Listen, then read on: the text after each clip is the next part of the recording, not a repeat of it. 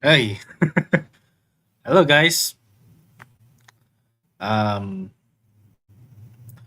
ayan, live tayo ngayon. And pasensya na sa camera, medyo parang webcam. Literal na webcam. Teka, let me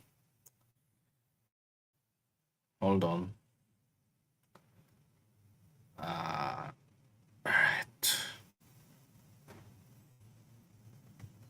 Ayan, alright. Um, ilang araw na lang bago magpasko, no? Ah, dito ako mag-isa lang ako dito sa kwarto ko. Ah, mag-isa na rin ako dito sa lugar na ayaw kong i-mention because it's irrelevant. Ayun, malapit na magpasko at andito pa rin ako mag-isa, hindi pa rin ako makauwi ng Baguio. Pero nakadepende naman 'yan sa kung ano man yung circumstance, ah, kung ano yung basta depende dun. It's, possibly nun makakauwi pa rin ako ng Baguio. Kung hindi man ako makakauwi ng Baguio, dapat maiwan ako mag-isa dito, Pasko. And then magla-live tayo ulit, Christmas special. 'Yan, I think, siguro di naman gaanong special 'to kasi ano lang naman ito, eh, live stream. Like, yeah, 'yun, ano lang, siguro pati rin siguro sa New Year, dapat nga lang mag-isa pa rin ako. So makakapag-live ako, peacefully and comfortably.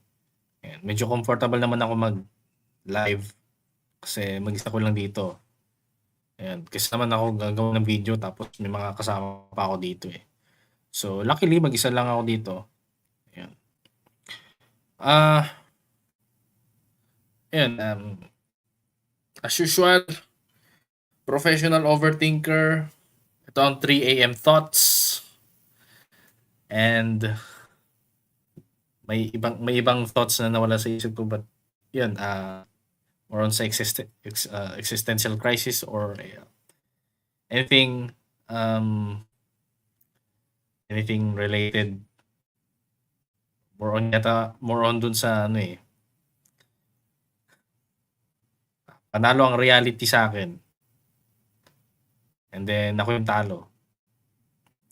Although wala naman akong pinagyayabang na ego, it's just that, in my humble, in my humble expression na kahit na nagawa ko na yung gusto kong gawin and then gina-gaslight pa rin ako ng reality, isang isang malaking hadlang 'to and 'yun, in a way, mas tama talaga ang reality. Masakit masakit na katotohanan 'yan. Um,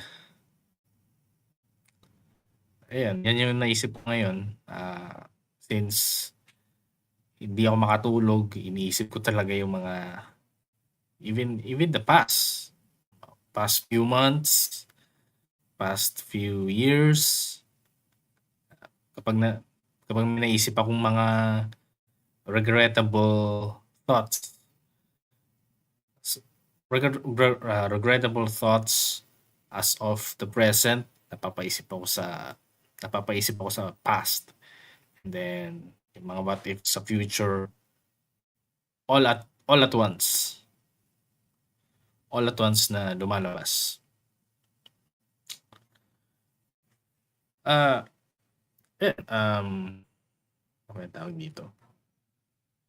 Medyo ano, eh, can't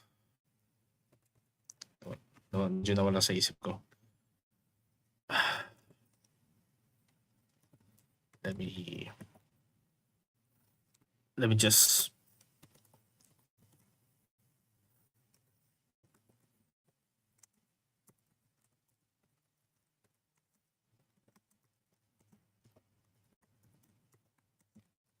We just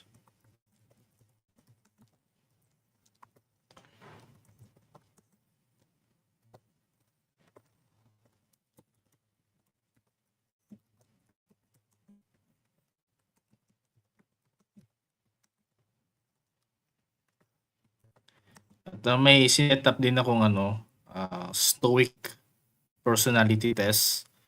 Um, just in just in case kasi inisip ko rin yan eh. Longer, maybe a few weeks kasi ewan ko kung stoic ako or ano, I just wanna know what it's like to be some kung ano yung level ng pagiging stoic ko. And then lilipat na naman tayo sa ibang personality test, cynicism, and then siguro mag-MBTI test ulit tayo tsaka Enneagram test. Let's see kung ano yung nagbago dun. So, yan. Let me just continue typing something. Once. Tignan ko kung ano yung sinasabi ng AI. So, makakatulong sa akin ng Google. So, yung tinype ko dito, regrettable thoughts in the, teka lang, mali. Let me just retype it again. And here we go. Medyo mali yung results. So yung tinype ko dito, regrettable thoughts in the present makes me think of the regrettable past and think of the future all at once. So sabi sa akin ni AI, tsaka may mga nakalagay pa pang mga source to consider reading. Kasi yan lang naman yung gagawin natin pag magla-live eh. And then, mag-ano ako na thoughts dyan kung meron ako. It sounds like you are experiencing a moment where present feelings trigger a cycle of reflection involving the past and future. This kind of cognitive experience is often explored in psychological and mindfulness practices. Mindfulness suggests that focusing on the present moment, acknowledging the thoughts without judgment, rather than getting carried away by the narrative of past regrets or future anxieties, can help break this cycle. Cognitive behavioral therapy often addresses how current triggers can lead to automatic thoughts about past events and future worries, teaching techniques to reframe these thoughts and acknowledging the connection between the present trigger, past regret, and future concern is the first step toward managing this complex emotional experience. So,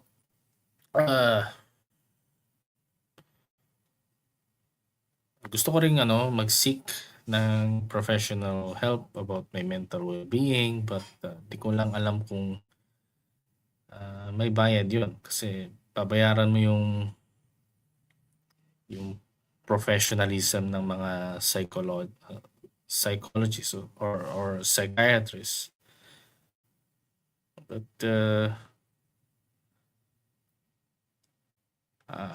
thinking what is like to be that medyo nihilistic person or ano nga, yung medyo observant sa mga negativity.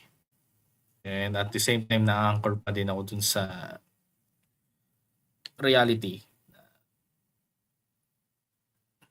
It's or just anchor lang ako dun sa reality na may problema lang ako.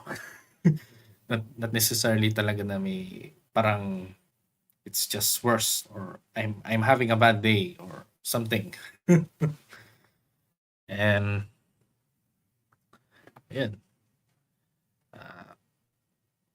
So punta tayo dito sa stoicism, stoic test. Let me just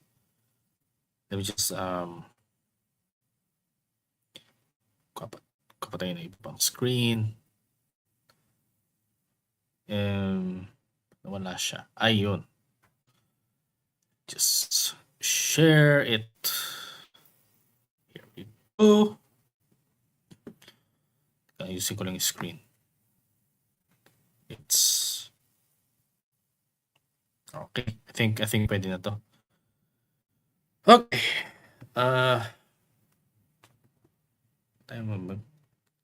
Okay, Stoic disposition test.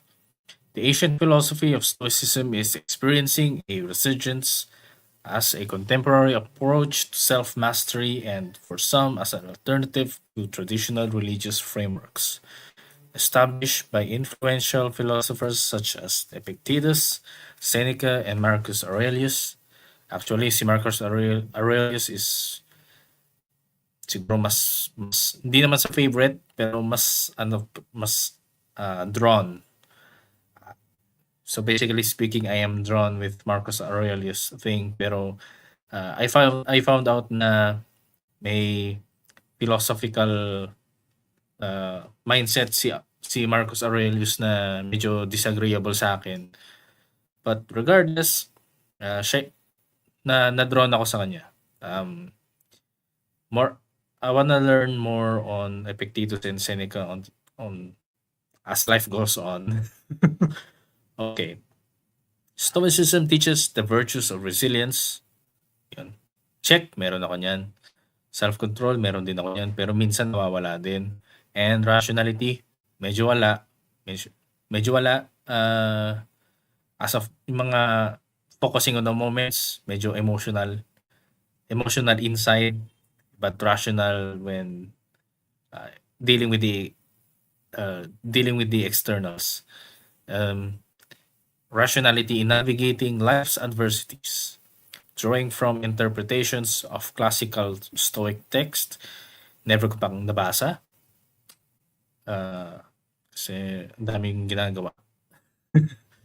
At kung ano yung binabasa ko, whatever I read is what I wrote.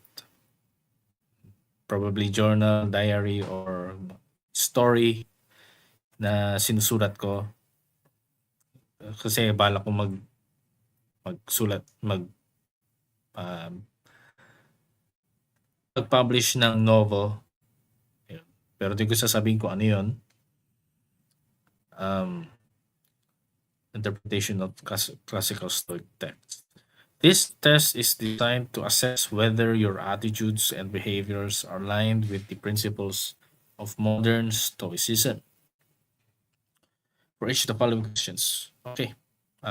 Reflect tayo. We will learn together. So, let's answer the question. I accept things that I cannot change and focus on what I can control. Wow.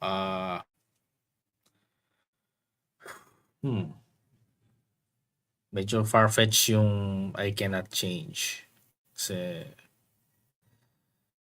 ideally, gusto kong palitan. Pero in reality, mahirap. It's just in one simple step, pero in reality, sa isang simple step na yon, yung nilalaman ng simple step na yon is a 100 obstacles. Isipin nyo yun,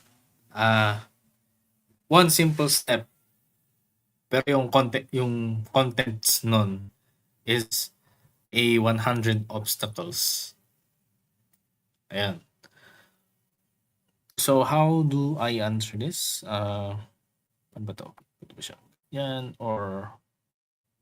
Oh, ganyan pala siya. Okay, yung what I can control,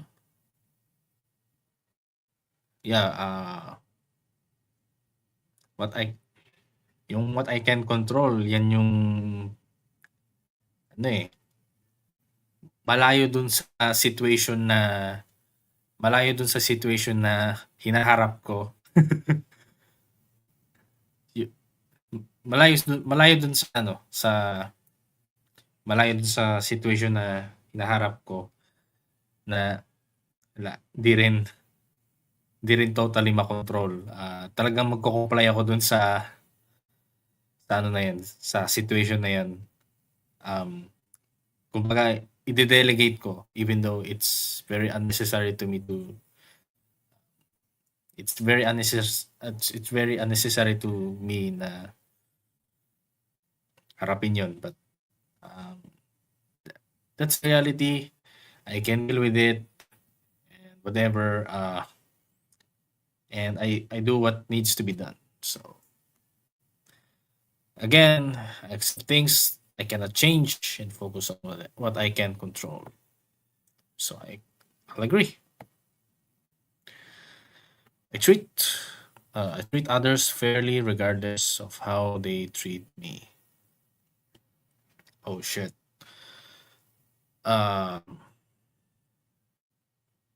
Parang ganun na nga or hindi or hindi, oo, tama. Parang ano more on I'm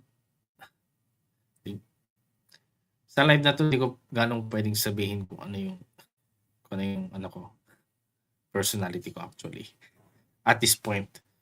But I'll answer it I'll answer it. Okay, next. I manage to avoid distractions when going about my daily task. May distractions din na mabuti and may distractions din na hindi nakakabuti sa isang task. Pero kung magfo-focus ka lang dun sa task mo, medyo hindi fun. Not fun at all. Kung magfo-focus ka lang talaga sa daily task mo. So, kailangan mo rin ng distraction. Minsan nagpapasalamat din ako sa isang friend na yun, kapag medyo kung workaholic talaga ako dun sa task na yun, and then inihayaan niya akong lumabas muna saglit. Maglakad-lakad muna lakarin lang namin yung subdivision since bago lang naman ako sa lugar na yun. Then yun, naglakad-lakad lang kami buong maghapon. And then, ayun, after ng medyo 2 hours ang lakad namin, and then nakabalik naman ako sa task na ginagawa ko. Yung medyo obligated. Ano lang, it's pretty fine. That's very average.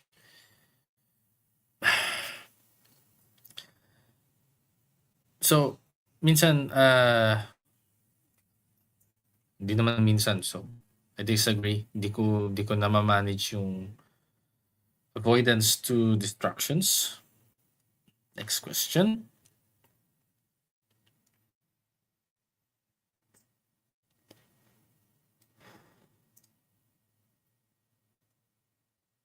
I make a conscious effort to stay attentively present and enjoy the current moment. Yes, hindi. Medyo hati. I cannot stay attentively in the present kasi prone ako mag-daydream, and at least you enjoy the current moment is depende kung anong lugar yon, or depende kung ano yung nade-daydream ko. So, it's just like medyo hati yung yung pagkakagawa ng sentence. Kapag to be base dyan sa na yan, I make a conscious effort to stay attentively present and enjoy the current moment. Sa totoo lang, kung masaya yung moment na yun, I stay attentively present kung medyo masaya. And Kung medyo boring, nagde-daydream ako. So, yung kine-crave talaga ng mind ko is escapism or anything anything that brings happiness man lang, flavors, good flavors, hindi yung medyo spicy, hindi medyo bitter. So, so therefore my brain is a sweet brain, sweet tooth, sweet brain. Yan yung ginugusto ng utak ko. And minsan, with a, with a, with a mix of mostly curiosity. So, nakadepende pa rin. So, but regardless, kahit nakadepende, I'd still agree. I resist the urge to act on impulse even when tempted to do so. Impulse, yeah.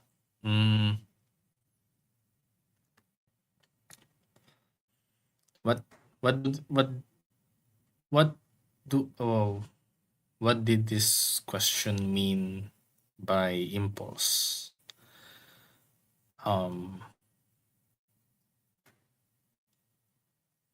I do not know. So I answer neither.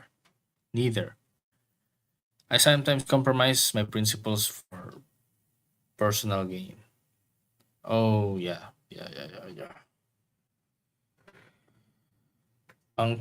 So, okay.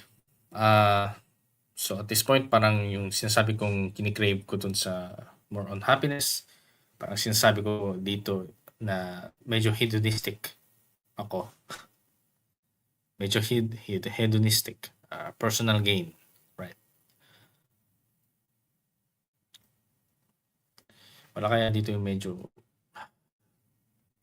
25%.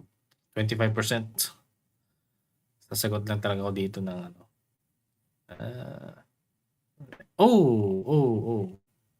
Okay. Itong tatlong nasa ano na to. Accurate. Next question. I find it difficult to control my emotions when things go all right. Yes, nagpapanik din ako. So, yeah. Nagpapanik, medyo reckless yung decisions. Kasi ganyan talaga at the moment medyo nawawala yung rationality mo kapag nasa ganyang situation. So, yes, I agree. I prefer simplicity in life over accumulating material possessions. Oh, that's a mix. That's a mix. Minsan may ibang, di naman siguro masama magkaroon ng possessions. Yung medyo masama lang dun, yung medyo na-addicted ka na dun sa item na yun na pinoprovide sa'yo ng universe. And ayan, overall, nakakatikim naman ako ng simplicity, nakakatikim din naman ako ng material possessions. So, I would answer neither. Next. People describe me as someone who is honest. Hindi rin ako malinis. And may mischievous, may pagkaano din ako. So, I would 100% disagree. My goals are aligned with what I find meaningful.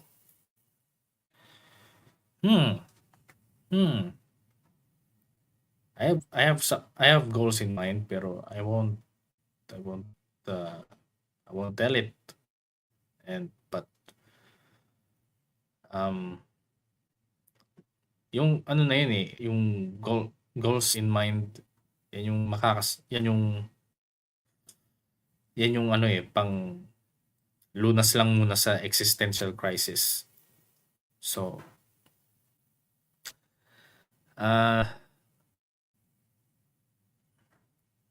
So I'd agree 50%. I often reflect on past experiences to gain insight and learn. Ewan ko. Di ko lang alam. Kasi nagre-reflect ako or parang nagde-daydream lang ako tungkol sa past para lang ma-entertain emotionally. But insight and learn, kapag nanonood ako or nagbabasa lang ng mga anything. But the past experiences more on sa ano lang yun. Entertainment emotionally and dramatically most of the time. So it's neither. I often let my feelings dictate my choices in life. Hindi rin. Minsan hindi emotions, minsan hindi rin rationality.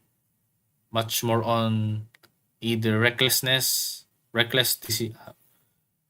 decisions and what needs to be done type of decisions. So I would answer again, neither. When I feel upset, I take a moment to breathe and think before responding. Yes, I do. And minsan nakakalimutan ko rin huminga. But magpahinga muna saglit. Kasi kapag yung ano ko kasi doon, kailangan matapos muna yung task bago mo i-reward mo yung sarili mo na take a rest or treat yourself. But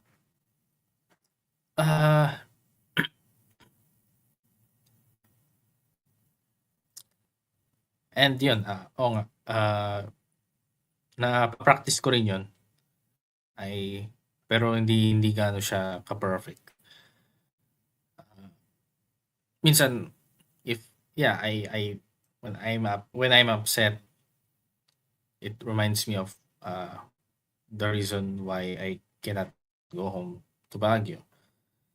And then inisip ko na agad kung bakit kasi wala akong pamasahe or ano lang.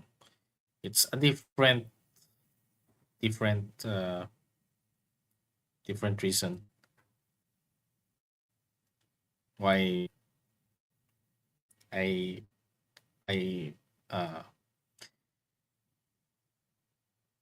eventually understand them. So, but still, the hurt is still there. So, or the disappointment in myself is still there. So, yes, I agree. I regularly reflect on my values and ensure my actions are consistent with them. Hindi naman.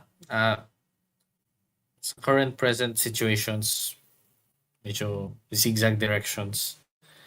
Hindi siya straight. Which is naman very practical in my opinion. And hindi naman ako talaga purist sa values. Sa goal lang ako medyo matigas. So, yung kumbaga makakarating, pero yung path or yung approach mo is zigzag. Pero making sure na dapat makakarating ka kasi that's my compass. So I would answer this one. I handle stress better than most people. Nah. Cannot handle stress, but I'm chill, but I can't handle stress. I'm chill outside. Can't handle stress in the inside. Medyo anxious ako. Let me just look kung sino pa yung kung may mga audiences. Sino yung may mga audience ako dito? Siguro isa lang. Hello, viewer.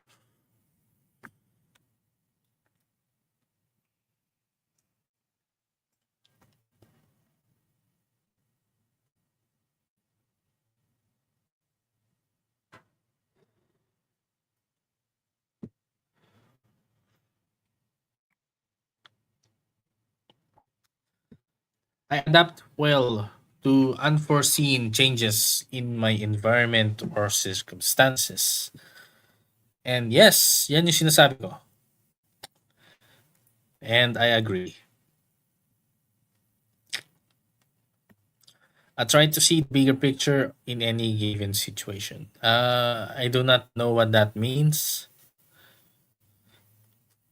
Uh, Basta ano lang. For me, I exist and I do what needs to be done. So I answer neither. I often lose my temper in challenging situations. I can control my temper. Uh, I keep it inside and I suffer inside. And I suffer silently. So I disagree. When when faced with setbacks, I quickly bounce back and move forward. I can answer meh.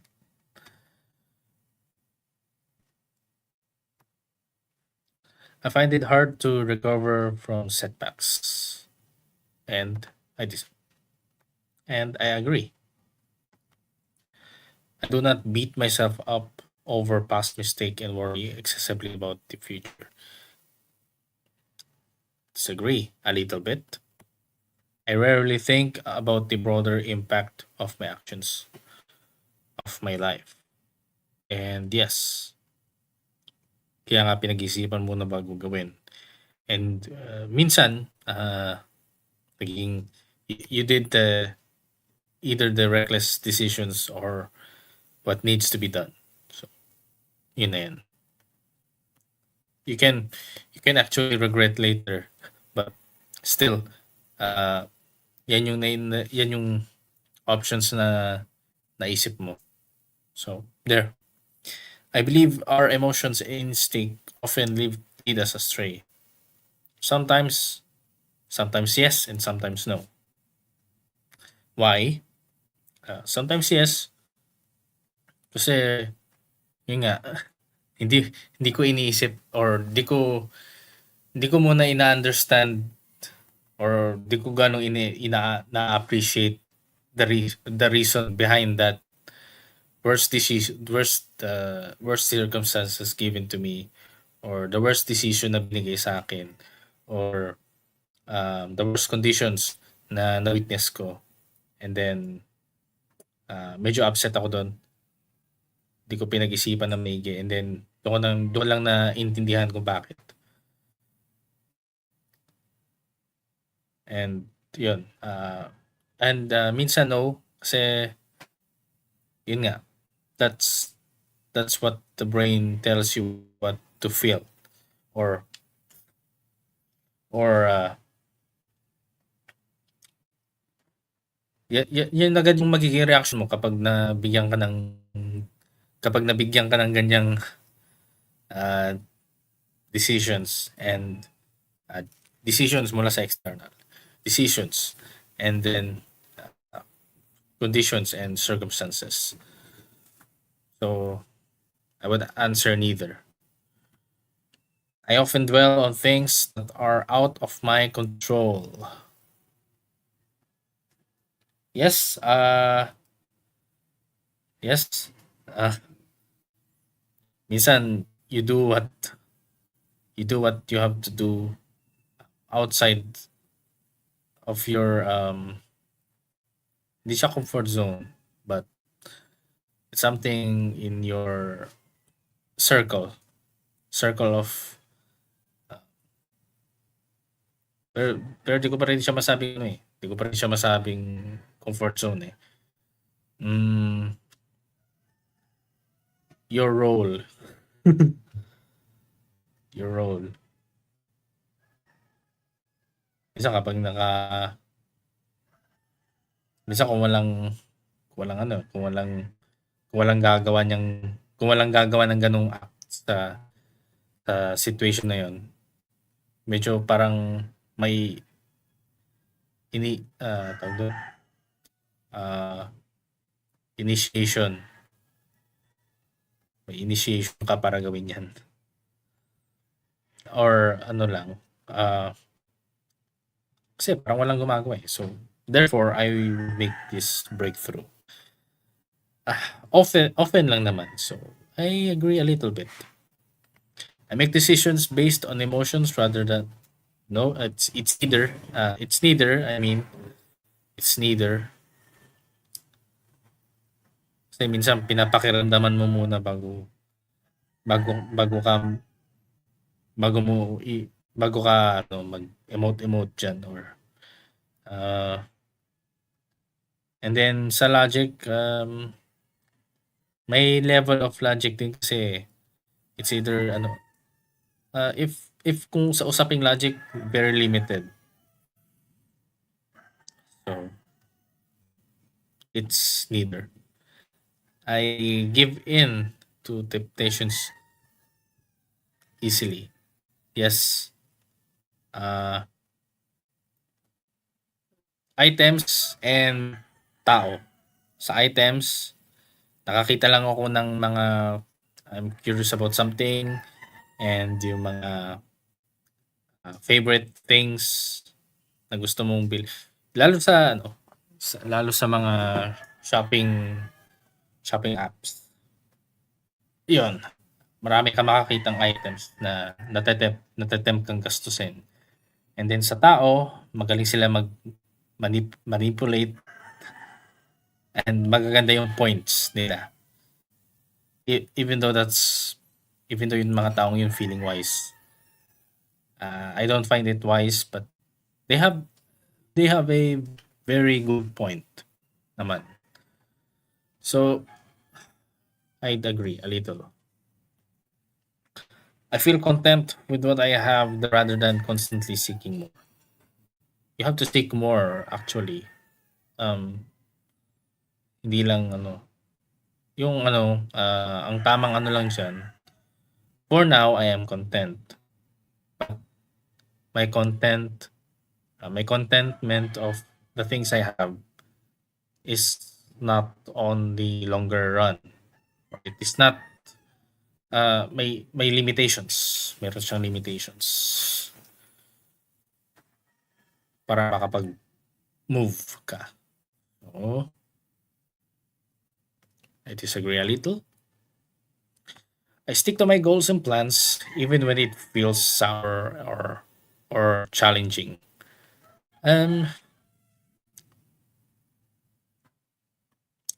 Yes, I do stick on my goals and plans.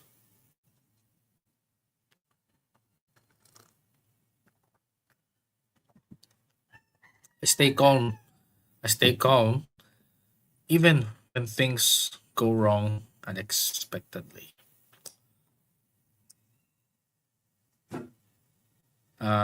Agree on the outside, disagree in the inside.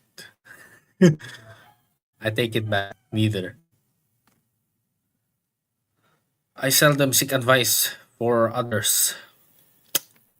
Nah.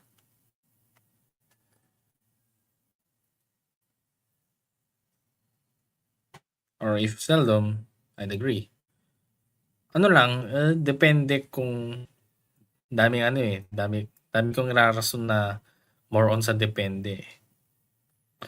But in general,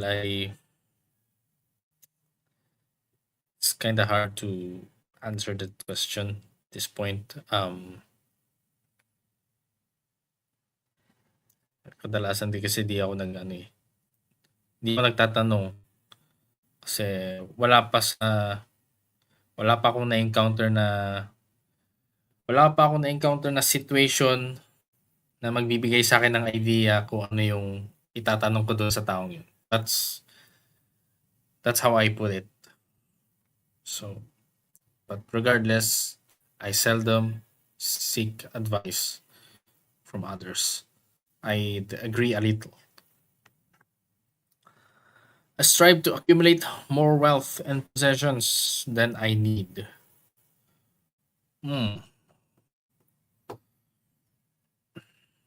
Mas gusto ko pa kasing sagutin yan kapag nasa post-scarcity world na tayo.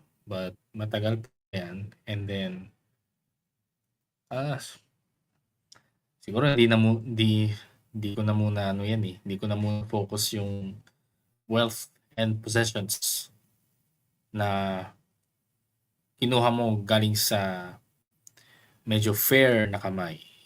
Never ka magnanakaw, never kang something. So, I don't strive that much. Take note, I don't strive that much. I often feel like I lack direction in life. Yes, maganda yung mag-focus ka sa moment. And then at the same time, kailangan may direction ka. But it's me, I focus on the moment kasi hindi ko basa ang present moment at di ko rin basa ang future. I have a blueprint, but I do not read the future. So, I agree. So again, magandang thought 'yon. I have a blueprint, but I cannot read the future. I struggle to stay focused on what I am doing in the present moment. Agree.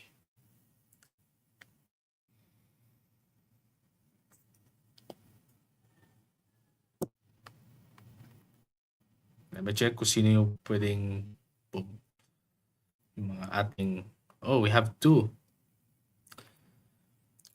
Hello, second viewer. Kung sino ka man or whoever you are. Okay, let's continue our test. Please leave a comment then, if ever.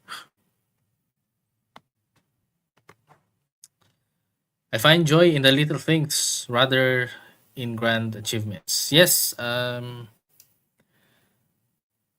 medyo hindi rin.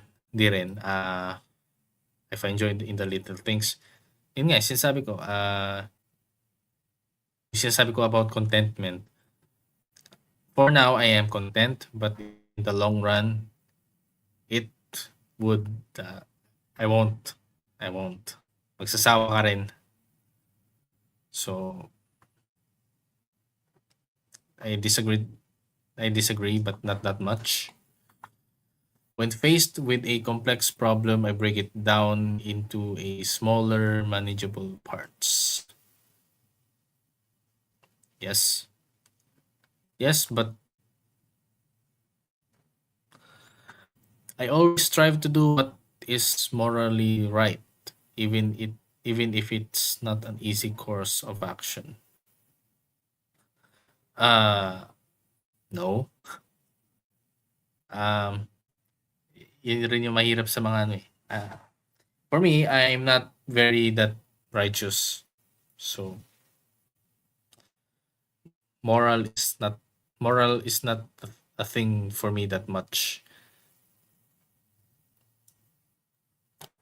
But what is common sense na lang? I don't know what I meant for I don't know what I meant for that. But I cannot see what this question meant. So neither. I often get distracted by thoughts about the past or the future. And I agree. I have a clear sense of purpose that guides my actions. Minsan sabog din eh. So, wala akong sense of purpose. I don't. I rarely think about what gives my life meaning. Rarely. So, if ever makakarating ako dyan sa point na makahanap na something about meaning, gusto kong i-experience yung ganyang situation.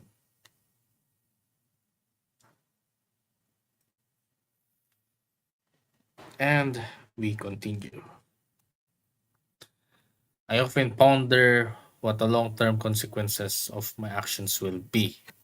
And I agree also. Pinag-iisipan nga eh. And then minsan reckless din yung decision.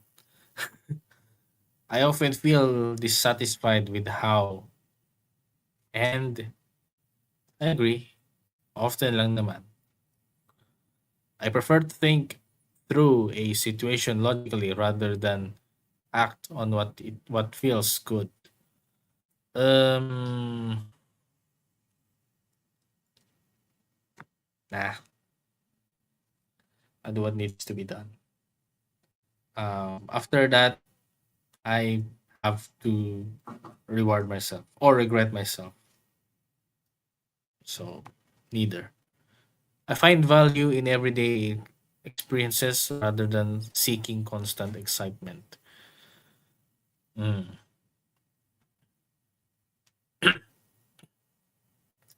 I don't want to say value, but uh, more on dun sa understanding of everyday experiences. And but I do not seek much excitement, so I agree. I struggle to maintain discipline on my routine, and I agree. Alito, I often my I often find myself acting against my own moral beliefs. Yan yung kapag nate-tempt ka. So, I agree. Oh, tapos na yun. Yeah. Wow. Wow. 55% rationality, kalahati. Emotional regulation, kalahati din. Virtue and ethics, napakababa. Samantalang yung population average is napakadami. Ibig sabihin nun, di ko ganong binavalue yung virtue.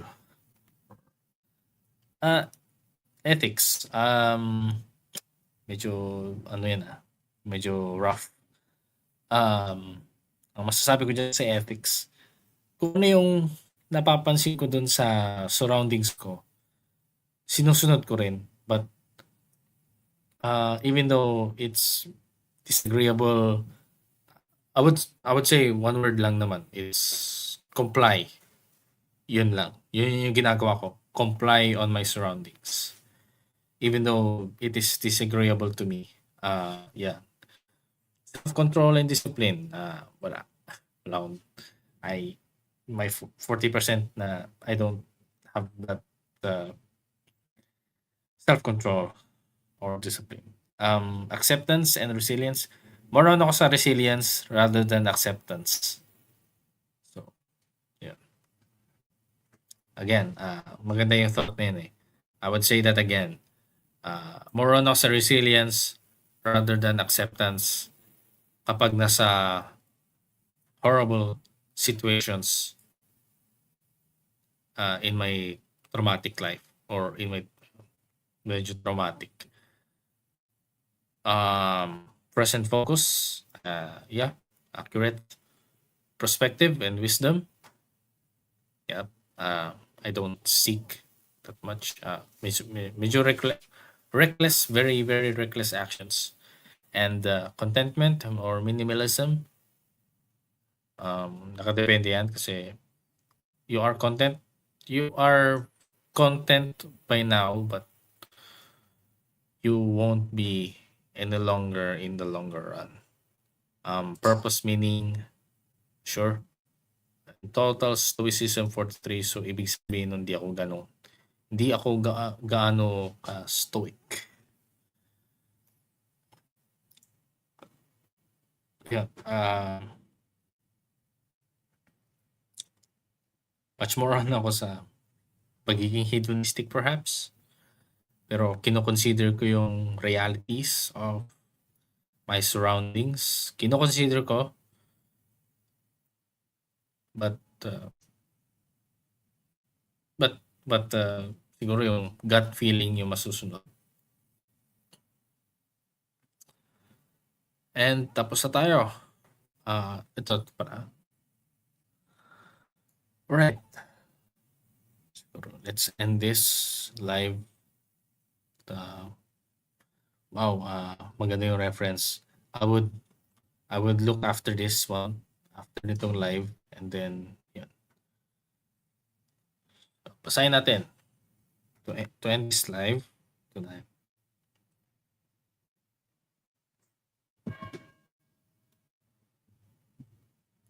And magsisimbang gabi na pala for you all Catholics. For you all. Rationality and logic denotes your ability to approach situations logically, making decisions based on reason rather than emotion. This character trait describes a methodical problem-solving approach, which is I don't have any. Nakaisip lang naman ako ng what makes sense to me. Breaking down complex issues into manageable parts. It represents preference for logical thinking over impulsive reactions. Nag-react. Nagre-react lang naman ako. Reflecting a mind governed by clarity and reason. Stoic individuals often serve as reliable advisors. Pwede rin ako, depende lang sa tao. Trusted for their sound judgment and analytical skills. Their ability to maintain objectivity under pressure allows them to navigate challenges effectively, which is I don't have, ensuring decisions are well considered and balanced, in which I don't have that as well. Emotional regulation measures your capacity to maintain composure and control over your emotions. Yes. Which is, meron to.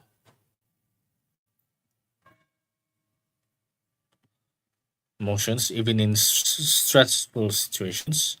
This trait refers to a consistent ability to manage and modulate emotional responses. It represents a calm and resilient disposition. That's what I am. Very resilient. Reflecting strength and maintaining balance in the face of adversity. Stoic individuals rarely succumb to emotional outbursts and instead exhibit a steady, measured response to life's challenges.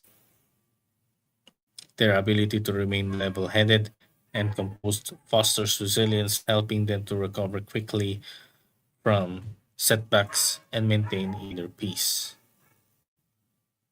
Virtue and ethics assesses a commitment to moral integrity and principled behavior. This character trait refers to a steadfast adherence to ethical standards and honesty in all dealings.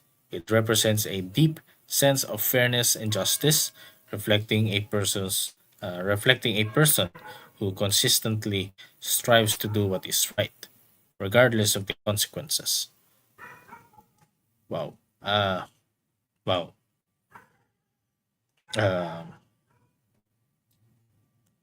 Yun nga, wala akong sense of wala akong sense of right and wrong. It's just justifications. Fair and reasonable justifications, just to be reasonable. Regardless of the Stoic individuals are known for their trustworthiness and moral clarity, often serving as ethical exemplars in their communities. Their unwavering commitment to virtue ensures that their actions are always aligned with their core values and beliefs. Yeah. Self control and discipline gauges an ability to resist temptations and maintain focus on long term goals. This trait refers to a consistent practice of self regulation and managing impulse effectively. Uh-huh. It represents a disciplined approach to life, reflecting a person who prioritizes long term benefits over short term gratification. Stoic individuals exhibit remarkable perseverance and dedication, staying committed to their routines and objectives despite challenges. Their strong willpower and discipline enable them to achieve their goals and maintain a balanced, structured lifestyle. Yun. Hindi naman ako purist. Medyo zigzag. At di ko rin naman talaga masasabing balimbing in that term. Yung ganyang term. Uh, Acceptance and resilience. My favorite word. Evaluates your capacity to embrace things beyond your control and recover swiftly from setbacks. This trait refers to an adaptive mindset, allowing them to navigate life's uncertainties and with grace. Hmm. It represents a resilient and optimistic disposition. Wala akong optimistic, wala akong pessimistic din, at more on nihilism. Reflecting a person who views challenges as opportunities. I don't think that way for growth. Stoic individuals excel at accepting the natural order of life, focusing on what they can influence and letting go of what they cannot. Their ability to remain hopeful and adaptable fosters robust resilience, enabling them to thrive in various circumstances. Yeah, natok ako. But that's okay as long as may mga ano pa dito. Present focus denotes your ability to remain engaged and mindful in the current moment. This trait refers to a conscious effort to avoid distractions and stay centered on the task at hand. It represents an appreciation for the present, reflecting a person who finds value in everyday experiences rather than constantly seeking future excitement. Stoic individuals avoid dwelling on past regrets or future anxieties, maintaining a balanced and content state of mind. Their present focused approach allows them to enjoy life fully and make thoughtful decisions. Perspective and wisdom assesses your ability to see the broader context and make decisions aligned with the core values. Mm, yeah,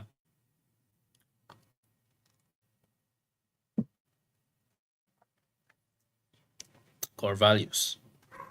This trait refers to a thoughtful consideration of long-term consequences and past experiences. It represents a wise and reflective mindset, reflecting a person who seeks to understand the bigger picture in any situation. Stoic individuals value wisdom and often seek advice from respected sources. Their ability to make informed, value driven decisions ensures their actions are consistently thoughtful and principled. Contentment and minimalism. Oh, I didn't think about na ganyan pala yun. Nababasa ko kasi parang uh, kung ano yung nabasa ko dyan, kung ano yung parang intention ng result is and supposedly yung yan yung nagre-reflect sa ano ko sa answers ko. So contentment, minimalism measures a preference for simplicity and satisfaction with what you have. This trait refers to a minimalist approach to life, avoiding the pursuit of excess material possessions. It represents a sense of joy in simple pleasures, reflecting a person who finds fulfillment in everyday moments rather than grand achievements. Stoic individuals prioritize quality over quantity, maintaining an uncluttered and orderly lifestyle. Their contentment is with what they have fosters a sense of peace and reduces unnecessary stress. And then the last evaluates evaluates a clear direction in alignment with your values. This trait refers to a strong sense of purpose that guides their actions and decisions. It represents the pursuit of meaningful goals, reflecting a person who regularly reflects on their values and ensures their actions are consistent with their beliefs. Stoic individuals can engage in activities that bring fulfillment and contribute to their sense of purpose. Their focus on meaningful pursuits ensures that they live a life of intention and direction, leaving lasting legacy. Your overall degree of stoicism, higher scores indicate a greater propensity toward stoicism. Yan, yan, yan, yan ang nakapagsasabi. 43%. Somewhat stoic. Ah, yan na yun, guys. Yun na yun. Somewhat stoic. Siguro, medyo nakakalimutan ko na kung ano yung kabaliktaran nun. What is opposite? Stoic. Alam ko kasi hedonistic eh.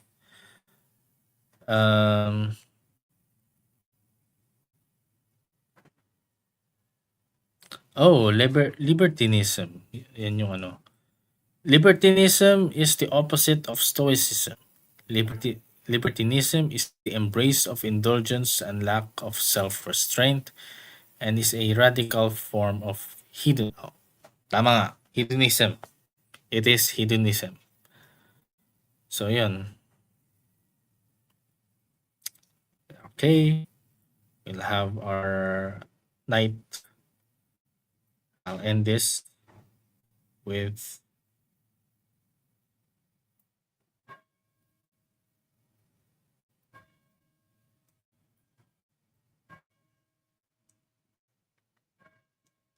I'll end this.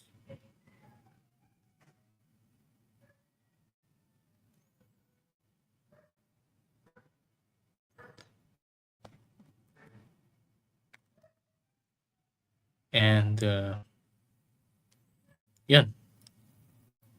Sabi ko lang, good night, Merry Christmas, and a happy... Oops, teka lang, mali. took the wrong stop screen.